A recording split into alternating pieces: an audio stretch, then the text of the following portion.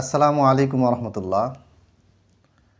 রেজাউল করিম আবরার সাহেব ইতিপূর্বে বিখ্যাত সাহাবী আবদুল্লাহ বিন আব্বাস রাদিয়াল্লাহু তাআলা আনহু নামে আল্লাহ তাআলা সিফাতে তাবিলের ক্ষেত্রে একটি রিওয়ায়াত পেশ করেছিলেন।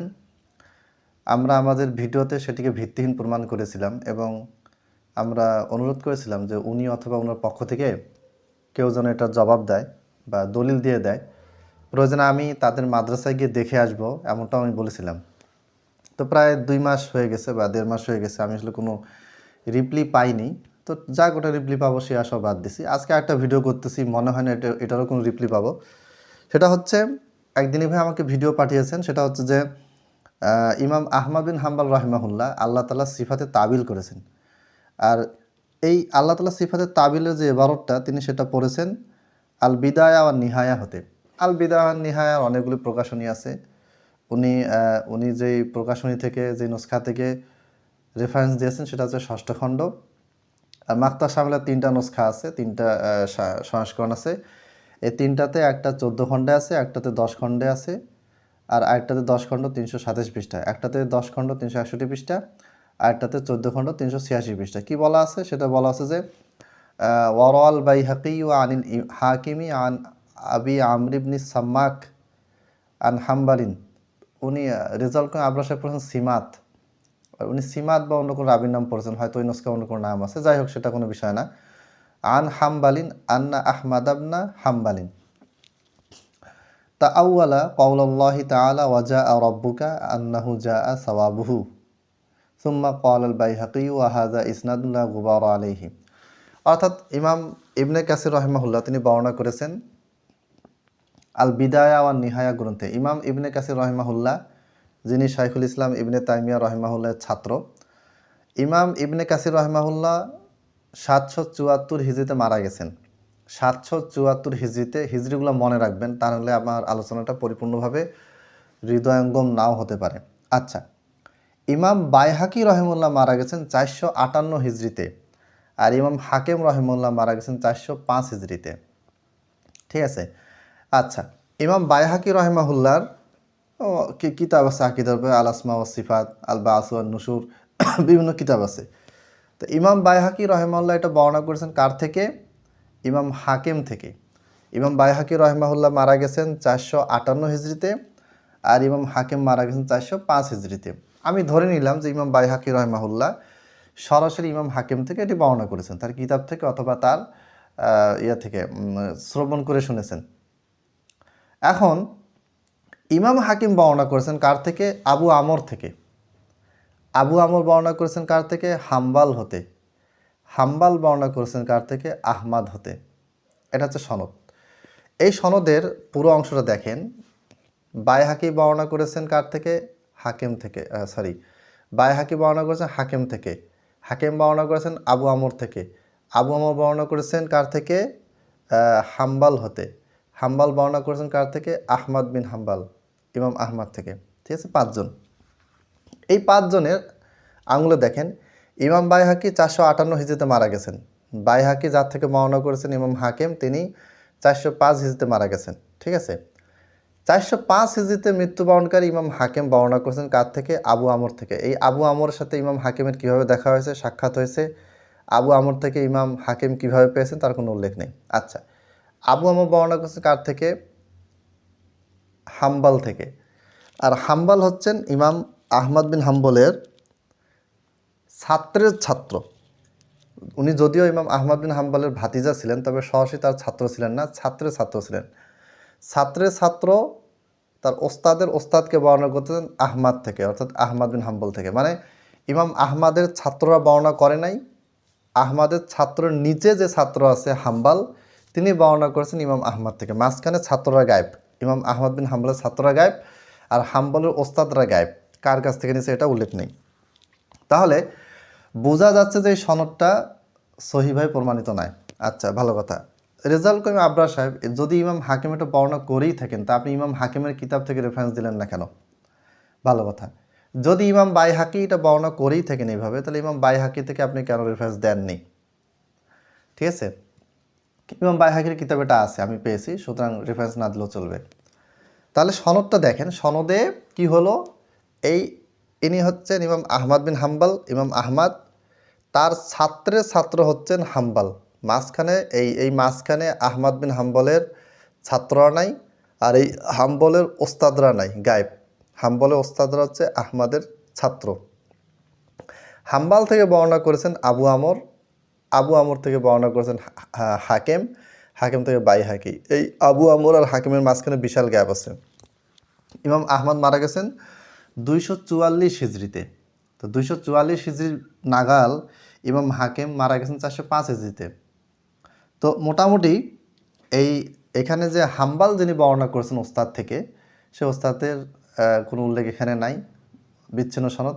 আবার আবু আমর তার কাছ থেকে হাকিম কীভাবে বর্ণনা করেছেন সেটাও উল্লেখ নাই। ধরে নিলাম যে আবু আমর হাকিমের ওস্তাদ, সরাসরি তার কাছ থেকে শুনেছেন, মেনে নিলাম, কোনো সমস্যা নেই। কিন্তু আবু আমর যে হাম্বাল থেকে বর্ণনা করেছেন, এই হাম্বল কি আবু আমর সরাসরি ওস্তাদ ছিল? এটা প্রমাণ রেজাউল করিম আবরার সাহেব করেননি, এবং তিনি করতেও পারবেন না। এটাও মেনে নিলাম যে হ্যাঁ, আবু আমর তিনি হাম্বলের ওস্তাদ ছিলেন, কিন্তু হাম্বল আহমদ বিন আহমদের সরাসরি ছাত্র ছিল। এটা প্রমাণ হবে কিভাবে? আমি ইনশাল্লাহ খাতায় ছবি আকারে এটা পেশ করব, যেন ভিডিওটা যখন দেবো তখন ছবিটা দিয়ে দিব, ইনশাল্লাহ সহজ হবে। আচ্ছা, কি এরপরে বক্তব্যটা কি যে আন্না আহমদ ইবনে হাম্বালিন তাআওয়ালা কাউলাল্লাহি তাআলা ওয়াজা রাব্বুকা আন্নাহু জাআ সাওয়াবুহু। যে ইমাম আহমদ বিন হাম্বল রাহিমাহুল্লাহ তিনি তাবিল করেছেন যে আল্লাহ তাআলা ওয়াজা রাব্বুকা, তোমার রব আসবেন, এর মানে হচ্ছে আন্নাহু জাআ সাওয়াবুহু, অর্থাৎ আল্লাহ তাআলার যে নেকি গুণ, আমাদেরকে যে তুমি নেকি ফজিলত দিবেন সেইটা আসবে, প্রতিদান আসবে।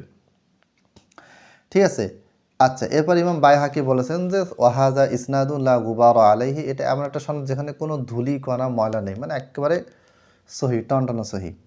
ঠিক আছে, কোনো কথা নেই, সমস্যা নেই। এবার দেখেন, আমরা যদি অন্যান্য ইমামদের ব্যাপারে জিজ্ঞেস করি, তাবিরের ব্যাপারে তারা কি বলেন, যেমন আল হুজ্জাফি বায়ানুল মাহাজ্জা নামে একটা গ্রন্থ আছে, প্রথম খণ্ড 269 পৃষ্ঠা। এখানে লেখক বলছেন যে কুল্লু জালিকা বিলা কাইফিন ওয়ালা তাউইলিন। আল হুজ্জাফি বায়ানুল মাহাজ্জা অত্যন্ত গুরুত্বপূর্ণ একটা কিতাব, যে এই সব কিছুই হয়েছে বিলা কাইফিন, কোনো ধরন ছাড়া, এবং বিলা তাউইল, কোনো রকম তাবিল ছাড়া। নুমিনু বিহা, আমরা এর উপরে ইমান আনি। অর্থাৎ আল্লাহ তাআলা আসেন, কিভাবে আসেন, কেমন করে আসেন, এই জিনিসটা ধরন এবং তাবিল ছাড়াই আমরা এর উপর কি আনি, ইমান আনি। এরকম বক্তব্য অনেক ইমামই দিয়ে গেছেন, আমি সেদিকে যাচ্ছি না। এবার দেখেন যে আল মুহাজ্জাফি ইখতিসারি সুনানিল কাবির, ইমাম বাইহাকি রহমাল্লাহ যে কিতাবটা লিখেছেন, সেই কিতাবটার একটা ইখতেসার পাওয়া যায়। ইখতেসার বলতে সংক্ষিপ্ত, এবং ইমাম বাইহাকি যে ভুলগুলি করেছেন সেই ভুলগুলি সংশোধনী সেই বইতে দেওয়া আছে। বইটা খুব প্রসিদ্ধ, বিখ্যাত। বইটির নাম হচ্ছে আল মুহাজ্জাব ফি ইখতিসারি সুনানিল কাবির, 2 খণ্ড 935 পৃষ্ঠায় বলা আছে। কুলতু, মানে আল মুহাজ্জাব গ্রন্থের লেখক বলতেছেন, আস-সাওয়াবু ফি হাদিসিন নুজুলি ওয়া নাহউহি মা ক্বালাহু মালিকুন ওয়া আকরানুহু।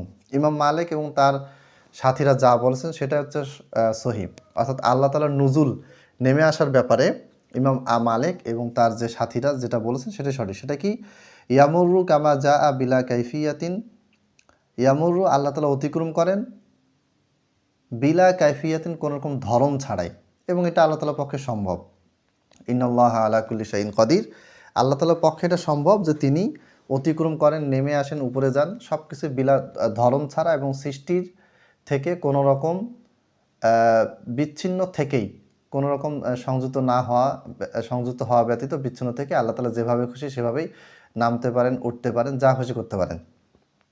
আচ্ছা, ওয়ানাফিউল ইন্তিকালি ওয়া ইসবাতুহু ইবারাতুন মুহদাসা, আর আল্লাহ তাআলার জন্য ইন্তেকাল মানে নড়াচড়া, তাহাররুক, উঠা নামা, নড়াচড়া করা, এইটাকে বাতিল করা, ওয়াইসবাতু, এবং এটাকে প্রমাণ করা, ইবারাতুন মুহদাসা, বেদাতি বক্তব্য, এটা হচ্ছে বেদাত।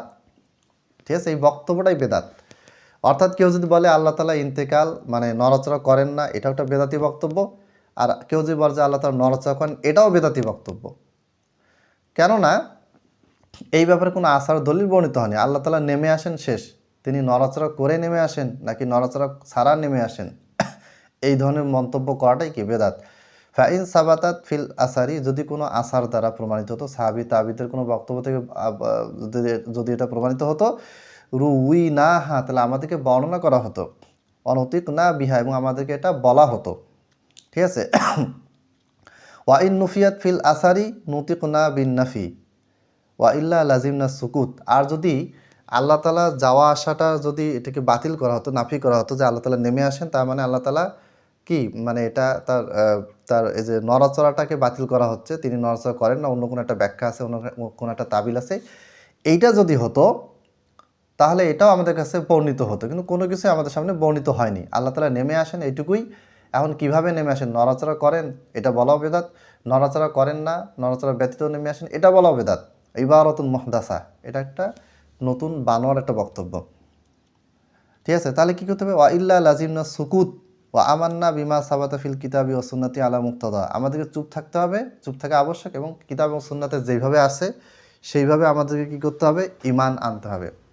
এই বক্তব্য অনেক আছে, কয়েকশো এরকম এবারত দেখানো যাবে, সেদিকে যাচ্ছে না। আচ্ছা, এবার দেখেন ইমাম আহমদ বিন হাম্বল একটা কিতাব আছে আজ-জুহদ, হাদিস নাম্বার 1944, সেখানে তিনি এই কিতাবটা নিয়ে আসছে, এই হাদিসটা নিয়ে আসছে, এই আয়াতটা, ওয়াজা আর রব্বুকা ওয়াল মালাকু সফফান সফফা, আর তোমার রব নেমে আসবেন এবং ফেরেশতারা সারি সারি অবস্থায় থাকবে, সূরা ফজর যে আয়াতটা আছে। এরপরে আরেকটা আয়াত যেটা ইবনে আব্বাসের নামে আমাদের রেজাউল করিম আবরার সাহেব ভিত্তিহীন একটা মন্তব্য করেছিলেন তাফসিরে কুরতুবী থেকে, সেটা হাল ইয়ানজুরুনা ইল্লা আন ইয়াতিয়াহুমুল্লাহু ফি যুলালিম মিনাল গামাম। এখানে ওই যে আল্লাহ তাআলা আসেন এই ব্যাপারেও বলা হয়েছে, এই আয়াতটার ব্যাপারে বলা হয়েছে, মানে ইমাম আহমদ তার আজ-জুহুদ নামক কিতাবে এটা উল্লেখ করেছেন। করার পরে তিনি কি বলেছেন যে আল মুরাদু বিহি মাজিউ জাতিহি লা আলা ওয়াজহিল ইন্তিকাল। এর দ্বারা বোঝানো হয়েছে, কি বোঝানো হয়েছে, ও সরি, আজ-জুহুদ কিতাবে তিনি এই রেওয়ায়তটা নিয়ে আসছেন, কিন্তু কোনো তাবিল করেন নাই। মানে আল্লাহ তাআলা নেমে আসেন, এটার মানে হচ্ছে তার নেকি নেমে আসে, তার আদেশ নেমে আসে, তার কুদরত নেমে আসে। এইটা ইমাম আহমদ বিন হাম্বল কিতাবুজ-জুহদে এরকম কোনো ব্যাখ্যা করেন নাই। ঠিক আছে, এটা একটা পয়েন্ট। আরেকটা পয়েন্ট হচ্ছে ইবতালু তাউইলাত নামে একটা কিতাব আছে। ইবতালু তাউইলাত কিতাবের লেখক কাজী আবুল ইয়ালা ইবনুল ফাররা রাহিমাহুল্লাহ, তিনি 458 হিজরিতে মারা গেছেন। 458 হিজরিতে তিনি মারা গেছেন। ইমাম বাইহাকি এবং কাজী আবু ইয়ালা আল ফাররা একই সময় মারা গেছেন। তো কাজী আবুল ইয়ালা ইবনুল ফাররা রাহিমাহুল্লাহ তিনি বলতেছেন, ইমাম আহমদ বিন হাম্বলের উক্তি দিয়ে তিনি বলতেছেন, দেখেন ইমাম বাইহাকি ইমাম ইবনে কাসির তো 774 হিজরিতে ইমাম আহমদ বিন হাম্বলের নামে তাবিল বর্ণনা করেছেন, আর 458 হিজরিতে মৃত্যুবরণকারী কাজী আবুল ইয়ালা ইবনুল ফাররা রাহিমাহুল্লাহ তার ইবতালুত তাউইলাত নামক গ্রন্থে ইমাম আহমদ বিন হাম্বল থেকে বর্ণনা করতেছেন, বলতেছেন যে আল মুরাদু বিহি মাজিউ জাতিহি, এর উদ্দেশ্য হচ্ছে, এই আয়াতগুলির উদ্দেশ্য হচ্ছে আল্লাহ তাআলা সত্তাগতভাবে নেমে আসেন। আল মাজিউ, তিনি নেমে আসেন, আসেন, আল আল আল মুরাদু বিহি মাজিউ জাতিহি, তার সত্তাগতভাবে তিনি আসেন। লা আলা ওয়াজিল ইন্তিকাল, তিনি নড়াচড়া করেন এই দৃষ্টিকোণ থেকে নয়। অর্থাৎ তিনি নড়াচড়া করেন কি করেন না এই দৃষ্টিকোণ থেকে কোনো কিছু বলাও যাবে না, আর এই দৃষ্টিকোণ থেকে কোনো কিছু বলাও হয়নি। আল্লাহ তাআলা সত্তাগতভাবে নেমে আসেন, সত্তাগতভাবে উঠেন, সেটা কী রকম এটা কেউ জানে না। এটা হচ্ছে ইবতালু তাউইলাত বর্ণনা নম্বর 261। এরকম আরও অনেক রেফারেন্স আছে, আমি সেদিকে যাব না। এবার দেখেন ইবনে তাইমিয়া রহিমাহুল্লাহ তিনি তো মাশাআল্লাহ অনেক ব্যাখ্যা করেছেন। তিনি তার বায়ানু তালবিসিল জাহমিয়া, জাহমিয়াদের যে ধোঁকা, প্রতারণা, উল্টাপাল্টা ব্যাখ্যা, সবগুলোর বিরুদ্ধে তিনি জবাব দিয়েছেন।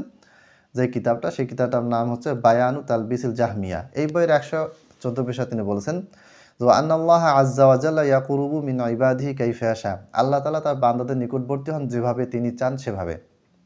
তিনি আসেন, যান, হাসেন, কথা বলেন, যত ফেল আল্লাহ তাআলা তার যতগুলি আফআল কর্মের কথা বলছেন সবগুলি তিনি যেভাবে খুশি সেভাবেই তিনি করতে পারেন, এরকম মন্তব্য ইবনে তাইমিয়া রাহিমাহুল্লাহ অনেক জায়গায় করেছেন। তার মধ্যে এটা একটা ছোট্ট ইবারত।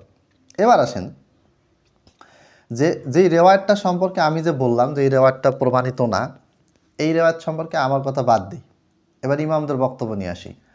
ইমাম আবু ইয়ালা আল ফাররা, যার নাম একটু আগে বললাম, ইবতালু তাউইলাত গ্রন্থের লেখক, যিনি 458 হিজরিতে মারা গেছেন, তিনি আবু ইসহাক নামক একজন ইমাম থেকে বর্ণনা করেছেন। আবু ইসহাক তিনি বলেছেন যে হাজা গলাতুন মিন হাম্বাল লা শাক্কা ফি, হাম্বাল ইমাম আহমাদের ভাতিজা, ইমাম আহমাদের ছাত্রের ছাত্র, হাজা গলাতুন মিন হাম্বাল, এই হাম্বাল থেকে এটা ভুল হয়েছে, হাম্বাল এখানে ভুল করেছে, লা শাক্কা ফি, এখানে কোনোই সন্দেহ নেই। আচ্ছা, ইবনে তাইমিয়া রহিমাহুল্লাহ তিনি আবার বলেছেন যে হাজা গলাতুন মিন হাম্বাল, এটা হচ্ছে হাম্বাল থেকে একটা ভুল। ইনফারাদা বিহি, এই হাম্বাল তিনি এককভাবে কিছু বর্ণনা করেছেন, তার মধ্যে এটা একটা এককভাবে বর্ণনা করেছেন। অর্থাৎ ইমাম আহমদ বর্ণনা করেন নাই, আহমদের ছেলে ছাত্ররা বর্ণনা করে নাই, আহমদের ছাত্র যেটাকে আমরা নাতি ছাত্র বলি, যিনি তার ভাতিজা ছিলেন, ভাতিজা কিন্তু চাচার কাছে সরাসরি কিছু বর্ণনা করে নাই, ভাতিজা ছিল চাচার ছাত্র। তা হাম্বাল ভাতিজা, আহমাদ চাচা, আহমাদের ছাত্রের ছাত্র হচ্ছে ভাতিজা হাম্বাল। তা হাম্বাল বর্ণনা করেছে, এককভাবে বর্ণনা করেছে, এটা কার কাছে শুনছে, কীভাবে শুনছে, কোনো কিছু তিনি উল্লেখ করেন নাই। এটাই ইবনে তাইমিয়া বলেছেন যে ইনফারাদা বিহি। আচ্ছা, এরপরে দেখেন, এরপরে আমরা ইবনুল কাইয়িম রাহিমাহুল্লাহ এর কথা বলতেছি। আমি জানি ইবনে তাইমিয়া এবং ইবনুল কাইয়িমের কথা পছন্দ হবে না আবরার সাহেবের, তারপরেও বলতেছি, আরও রেফারেন্স আসতেছে। ইবনুল কাইয়িম রাহিমাহুল্লাহ বলেছেন যে ইন্নাহা গলাত আলাইহি, যে এই জায়গাতে এই হাম্বাল ভুল করেছেন। ফা ইন্না হাম্বালান তাফাররাদা বিহি আনহু, কেননা হাম্বাল ইমাম আহমদ থেকে এককভাবে, মানে উনি এককভাবে এটি বর্ণনা করেছেন। অহুয়া কাসিরুল মাফারিদিল মুখালাফাতি লিল মাশহুরি মিন মাজহাবিহি, অহুয়া কাসিরুল মাফারিদ, তিনি প্রচুর পরিমাণে একক বর্ণনা পেশ করতেন। ঠিক আছে, আল মুখালিফাতু লিল মাশহুরি, মুখালিফা দুইটা পড়তে পারেন, লিল মাশহুরি মিন মাজহাবিহি, ইমাম আহমদ বিন হাম্বলের যে প্রসিদ্ধ মাযহাব, আকীদায় তার যে মাযহাব, তার যে মতামত, সেগুলার বিপক্ষে যায়, প্রসিদ্ধ মতামতের বিপক্ষে যায়, এরকম একাধিক একক বর্ণনা হাম্বল বর্ণনা করেছেন। তাহলে ইবনুল কাইয়িম রাহিমাহুল্লাহ এটি বর্ণনা করেছেন। ইবনুল কাইয়িম এরপরে বলতেছেন যে ওয়া তাহকিকু, আর এটার সারাংশ হচ্ছে, বক্তব্য হচ্ছে, গবেষণালব্ধ বিশ্লেষণ বা ডিসিশন হচ্ছে, আন্নাহা রিওয়ায়াতুন শাযাতুন, এটা হচ্ছে একটা শায, বিরল, বাতিল বর্ণনা। শায বলতে বাতিলকে বোঝায় অধিকাংশ ক্ষেত্রে, মানে পরিভাষায় গেলে এটা বাতিল বোঝায়। মুখালাফাতুন লিজাদ্দাতি মাজহাবিহি, কেননা এটা ইমাম আহমদ বিন হাম্বলের মাজহাবের বিরোধিতা করছে। আচ্ছা, এরপরে দেখেন আবু বকর আল খাল্লাল রাহিমাহুল্লাহ, ইমাম খাল্লাল, যিনি আহমদ বিন হাম্বলের প্রসিদ্ধ শাগরেদ, তিনি আবার বলেছেন যে কজ্জা হাম্বালুন আন আহমাদা বিমাসা ইলা আজাদা ফিহা রিওয়ায়া ও আগরাবা বিগাইরি শাইইন, যে হাম্বাল ইমাম আহমদ থেকে এমন কিছু কিছু বর্ণনা করেছেন যেগুলি এককভাবে বর্ণনা করেছেন, ও আগরাবা এককভাবে বর্ণনা করেছেন, বিগাইরি শাইইন, মানে এগুলো কিছুই না, মানে গ্রহণযোগ্য না আর কি, এটাই ইমাম আবু বকর আল খাল্লাল বললেন। এরপরে ইমাম হাফেজ জাহাবি রহমাল্লাহ তিনি বললেন যে লাহু মাসা ইলু কাসিরাতুন আন আহমাদা, ইমাম আহমদ থেকে এই হাম্বাল অনেকগুলি মাসাইল বর্ণনা করেছেন, বিষয় বর্ণনা করেছেন। ওয়াতাফাররাদু ওয়াগরিবু, আর তিনি এককভাবে বর্ণনা করতেন, ওয়াগরিবু, এবং গরিব বর্ণনা পেশ করতেন। গরিব মানে হচ্ছে এখানে দুর্বল বর্ণনা, যেটা এককভাবে বর্ণিত হয়েছে, যেটা সহির বিপরীত, অন্যান্য সহির বিপরীতে। এই গরিব শব্দটা এক একজন এক এক অর্থে ব্যবহার করে। যদি আমরা হানাফি মাযহাবের হাফেজ জাইলাইর গরিব বলার দিকে যাই, তাহলে ইমাম জাইলাই গরিব বলতে ভিত্তিহীন অর্থ নিতেন। হাফেজ জাইলাই হানাফি মাযহাবের বড়জন ইমাম, তার নাসবুর রায়া নামক কিতাব আছে। এই হাফেজ জাইলাই রহিমাহুল্লাহ গরিব শব্দটা ভিত্তিহীন অর্থে বোঝাতেন। তাহলে হাফেজ জাইলাইর দৃষ্টিকোণ থেকে দেখলে বোঝা যাচ্ছে যে গরিব বর্ণনা করতেন মানে ভিত্তিহীন বর্ণনা করতেন। কে করতেন? হাম্বাল। কার থেকে? আহমদ থেকে। এই রকম অনেক কথাবার্তা আছে, সবগুলি কথাবার্তার দিকে আমি যাব না। এবার দেখেন আরেকটা পয়েন্ট আমি বলি, ইমাম আহমদ কিন্তু সবসময় তাবিলের বিরুদ্ধে ছিলেন, এটা প্রসিদ্ধ। ইমাম আহমদ মোতাজিলা, তারপরে যে মুরজিয়া, তারপরে জাহমিয়া, এদের বিরুদ্ধে তো ডিবেট করছেন। তাবিলের বিরুদ্ধে ডিবেট করার কারণে তাকে জেলে যাওয়া লাগছে, জেলে 27 মাস তাকে থাকা লাগছে। কত কষ্ট গেছে, যারা ইবনে কাসির বর্ণনা করেছেন। ইমাম আহমদ বিন হাম্বলের যে ব্যাখ্যা জীবনী, সেখানেই ইমাম ইবনে কাসির রাহিমাহুল্লাহ উল্লেখ করেছেন। তো কেন এই জাহমিয়াদের সাথে কি নিয়ে ডিবেট হয়েছিল? মাসলা মাসাইল নিয়ে। মোতাজিলাদের সাথে ডিবেট কেন হয়েছিল? তারপরে অন্যান্য যেগুলো বাতিল ফেরকা, তাদের সাথে কেন ডিবেট হয়েছিল? মেইন ডিবেটের মূল বিষয়টা হচ্ছে আসমা সিফাতের তাবিল করা না করা নিয়ে। তো এটা মোতাওয়াতিরভাবে বর্ণিত, সমস্ত ইমাম একমত যে ইমাম আহমদ বিন হাম্বল তাবিল করতেন না। যারা তাবিল করতেন তাদের বিরুদ্ধে তিনি ডিবেট করেছেন। আর যেই ব্যক্তি তাবিলের বিরুদ্ধে ডিবেট করলেন, তাকে আপনি বানিয়ে দিলেন তাবিলকারী। ব্যাপারটা এরকম যে আল্লামা সাইদি রহিমাহুল্লাহ সারা জীবন জঙ্গিবাদের বিরুদ্ধে বলে গেলেন, আর গত খুনি হাসিনা বলল কি যে এই সাইদি সাহেব হচ্ছেন কি, তিনি নিজে একটা জঙ্গি, তিনি হচ্ছেন জামাত শিবির, খুন করছে, এই করছে, সেই করছে, রাজাকার, বহুত কিছু। তো এটা হচ্ছে অজ্ঞতা, মূর্খতা। এখন তাহলে আশা করি আলোচনা আপনাদের কাছে স্পষ্ট হয়েছে। আমি খুব সংক্ষেপে বলতে 20 মিনিট হয়ে গেল, বেশি লম্বা ভিডিও করতে চাই না। এবার আসেন ইমাম বাইহাকি রাহিমাহুল্লাহ যে উক্তিটা লা গুবার আলাইহি, এটা এমন একটা সনদ যেখানে কোনো ত্রুটি বিচ্যুতি নেই। এটা ইমাম বাইহাকি বলেছেন, কিন্তু কিভাবে সহি হলো কোনো কিছু তিনি উল্লেখ করেন নাই। এই কথা বলার দ্বারা কোনো সহি প্রমাণিত হয় না। আর বিভিন্ন একাধিক ইমামের কথা তো আমি আনলামই। আর ইমাম ইবনে কাসির রাহিমাহুল্লাহ বর্ণনা করেছেন, এটাও প্রমাণিত না, মানে প্রমাণ না যে ইমাম ইবনে কাসির বর্ণনা করেছেন তার মানে প্রমাণ হয়ে গেল যে এটা সহি। ইমাম ইবনে কাসির রাহিমাহুল্লাহ আল বিদা নিহা কিতাবে অসংখ্য রেওয়ায়াত এনেছেন যেগুলো ভিত্তিহীন। হাতে গোনা কিছু রাত বর্ণনা করার পরে তিনি বলেছেন যে এটা সহি না, দুর্বল, মিথ্যা। কিন্তু অধিকাংশ ক্ষেত্রে তিনি রেওয়ায়াত বর্ণনা করে গেছেন, কিছু বলেননি। ক্ষেত্র বিশেষে কিছু কিছু রেওয়ায়াতকে সহি বলেছেন, সেগুলোর পক্ষে তিনি মতামত দিয়েছেন। ক্ষেত্র বিশেষে কিছু জাল যে ভিত্তিহীন রেওয়ায়াতের ব্যাপারে তিনি মন্তব্য করেছেন। কিন্তু অধিকাংশ ক্ষেত্রেই তিনি শুধু বর্ণনা করেছেন, কিছু বলেননি। আর সালাফরা শুধু বর্ণনা করে যেতেন, আর তারা আলাদা মূলনীতির কিতাবে বর্ণনা করতেন যে এটা গ্রহণযোগ্য, এটা বাতিলযোগ্য, এই মূলনীতিতে এটা চলবে, এটা চলবে না, আলাদাভাবে তারা উল্লেখ করতেন। ইমাম ইবনে কাসির উল্লেখ করেছেন, তার একটা কিতাব আছে ইখতিসারু উলুমিল হাদিস, যেটার ব্যাখ্যা আছে আল বাঈসুল হাসিস। আহমদ শাকির রাহিমাহুল্লাহ বরমুহাকি তিনি এটা ব্যাখ্যা করেছেন। এই বইটা অনুবাদ আমরা করতেছি, শেষের দিকে ইনশাল্লাহ আমরা এটা প্রকাশ করব। তাহলে সমস্ত আলোচনার সারাংশ হচ্ছে, ইমাম আহমদ থেকে হাম্বাল, আহমদের ভাতিজা হাম্বাল যা বর্ণনা করেছেন, তিনি এমন এমন অনেক বর্ণনা করেছেন যেগুলি হাফেজ জাইলাইর পরিভাষা অনুযায়ী ভিত্তিহীন। 2 নাম্বার, তিনি আহমদ থেকে সরাসরি শোনেন নাই। 3 নাম্বার, ইমাম আহমদের মাযহাব হচ্ছে তাবিলকারীদের বিরুদ্ধে অবস্থান করা। 4 নাম্বার, এই বক্তব্যটা যে সনদ সেটা সহি নয়। 5 নাম্বার, ইমাম ইবনে কাসির আল বিদা নিহাতে উল্লেখ করলেও এটা কোনো প্রমাণ নয় যে এটা সহি, কারণ এটা তার কিতাবে তিনি শর্ত হিসেবে উল্লেখ করেননি। আমি জানি এই ভিডিওর কোনো জবাব আসবে না, না আসুক, কোনো অসুবিধা নেই। যারা শুনবেন বোঝার চেষ্টা করবেন। তাবিল যদি কোনো সাহাবিতে প্রমাণিত হয় সহি সনদে, সেটা তো মানতে আমার কোনো আপত্তি নেই। আমি এর আগের ভিডিওতেও বলেছি, কিন্তু সেটা তো প্রমাণিত হতে হবে।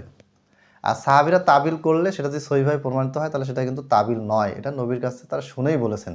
কাজে এটা সাহাবিদের নিজস্ব তাবিল হিসেবে গণ্য করা যাবে না, কারণ আকীদার ক্ষেত্রে সাহাবিরা নিজ থেকে ব্যাখ্যা বিশ্লেষণ করবেন, এটা রাসূল সাল্লাল্লাহু আলাইহি ওয়াসাল্লামের কাছ থেকে তারা শুনেই করবেন, নিজ থেকে তারা করবেন না। যাই হোক, আসসালামু আলাইকুম ওয়া রাহমাতুল্লাহ।